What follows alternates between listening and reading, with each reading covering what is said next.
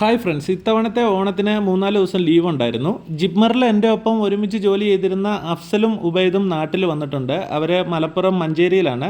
ഉബൈദിൻ്റെ house വാമിങ്ങിനൊക്കെ വിളിച്ചിട്ടുണ്ടായിരുന്നു, പക്ഷേ പോകാൻ പറ്റിയിരുന്നില്ല. അതുകൊണ്ട് തന്നെ ഇപ്പോൾ ലീവ് കിട്ടിയപ്പോഴത്തേക്കും 2 ദിവസം കൊണ്ട് പോയിട്ട് വരാമെന്ന് വിചാരിച്ചു. ഏതായാലും നമ്മൾ കട്ടപ്പനയിൽ നിന്ന് മലപ്പുറം വരെ കാറിലാണ് പോകുന്നത്. അതുകൊണ്ട് തന്നെ കുറച്ച് ടൂൾസും സ്പെയറും എല്ലാം വണ്ടിക്കകത്ത് എടുത്ത് വെച്ചിട്ടുണ്ടായിരുന്നു. അപ്പോൾ പോയതിൻ്റെ തലേ ദിവസം നമ്മൾ ഒരു വീഡിയോ ചെയ്തിട്ട് ഇട്ടിരുന്നു, ഇങ്ങനെ മലപ്പുറം വരുന്നുണ്ട്, അതുകൊണ്ട് ഏതെങ്കിലും ടോയ്സൊക്കെ റിപ്പയർ ചെയ്യാനുണ്ടെന്നുണ്ടെങ്കിൽ കോൺടാക്റ്റ് ചെയ്യാം, വരുന്ന വഴിക്കാണെങ്കിൽ ചെയ്യാമെന്നൊക്കെ. ഏകദേശം 30ഓളം പേര് നമ്മളെ കോൺടാക്റ്റ് ചെയ്തിട്ടുണ്ടാവും. അതിനകത്ത് പകുതി സ്ഥലത്ത് മാത്രമാണ് നമുക്ക് പോകാൻ പറ്റിയത്. എങ്കിലും 10-14 വണ്ടികളോളം റെഡിയാക്കിയിട്ടാണ് നമ്മൾ 2 ദിവസം പ്ലാൻ ചെയ്ത പരിപാടി 4 ദിവസമായിട്ട് ഇന്നലെ രാത്രി തിരിച്ച് വീട്ടിലെത്തിയത്. അപ്പോൾ വീഡിയോ കണ്ടപ്പോൾ മുതൽ നമ്മൾ ഒരുപാട് തവണ കോൺടാക്റ്റ് ചെയ്ത ഒരു കുഞ്ഞ് സബ്സ്ക്രൈബർ ഉണ്ട്, ഗുരുവായൂരുള്ള സിജിത്തിൻ്റെ മകൻ. അപ്പോൾ അവർ തന്ന വീടിൻ്റെ ലൊക്കേഷൻ അനുസരിച്ച് നോക്കുമ്പോൾ ഏകദേശം നമ്മൾ 1.5 മണിക്കൂറും കൂടെ കൂടുതലായിട്ട് ഓടേണ്ടതായിട്ടുണ്ടായിരുന്നു.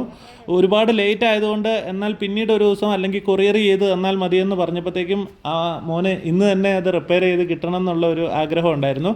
അപ്പോൾ അവർ തന്നെ പറഞ്ഞ ഒരു ഐഡിയ ആണ്, ഇങ്ങനെ മാളാരവിന്ദൻ ചേട്ടൻ്റെ ഒരു പമ്പുണ്ട് കുന്നംകുളം കഴിഞ്ഞിട്ട്, അപ്പോൾ അവിടെ ഞങ്ങൾ വെയിറ്റ് ചെയ്യാം, അവിടെ വെച്ച് ശരിയാക്കാൻ പറ്റുമെന്നൊന്ന് നോക്കുമെന്ന്. എന്തായാലും നമ്മൾ വണ്ടിയുടെ പ്രോബ്ലം ഒക്കെ കണ്ടുപിടിച്ചു. ബാറ്ററി ഫുള്ള് ഡെഡ് ആയിരുന്നു, ചാർജിങ് സോക്കറ്റ് പോയിട്ടുണ്ടായിരുന്നു, ബോർഡ് കംപ്ലൈൻ്റ് ആയിരുന്നു. അപ്പോൾ ഇതെല്ലാം റീപ്ലേസ് ചെയ്ത് സ്വിച്ചുകളെല്ലാം മാറി വണ്ടി പക്ക റണ്ണിങ് കണ്ടീഷനാക്കി.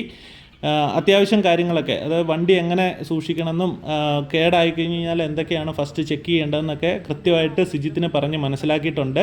ഇതൊരു വല്ലാത്ത അനുഭവമായിരുന്നു. കാരണം പെട്രോൾ പമ്പ് പോലെയുള്ള ഒരു പബ്ലിക് പ്ലേസിൽ നമ്മുടെ ഒരു കുഞ്ഞ് സബ്സ്ക്രൈബറുടെ വണ്ടി 1.5 മണിക്കൂർ സമയമെടുത്ത് റെഡിയാക്കി കൊടുക്കാൻ സാധിച്ചു.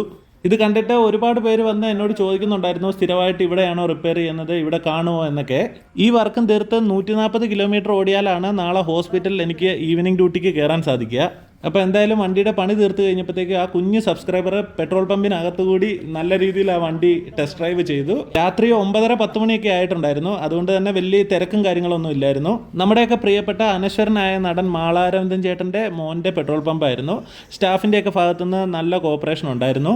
അപ്പോൾ വണ്ടി റിപ്പയറിങ്ങിന് എങ്ങനെ അയക്കും എന്നൊക്കെ ചോദിച്ച് 3-4 പേര് ആ സ്പോട്ടിൽ വന്നിട്ടുണ്ടായിരുന്നു. അവർക്കൊക്കെ കൊറിയർ അയക്കേണ്ട അഡ്രസ്സ് നമ്മൾ കൊടുത്തു.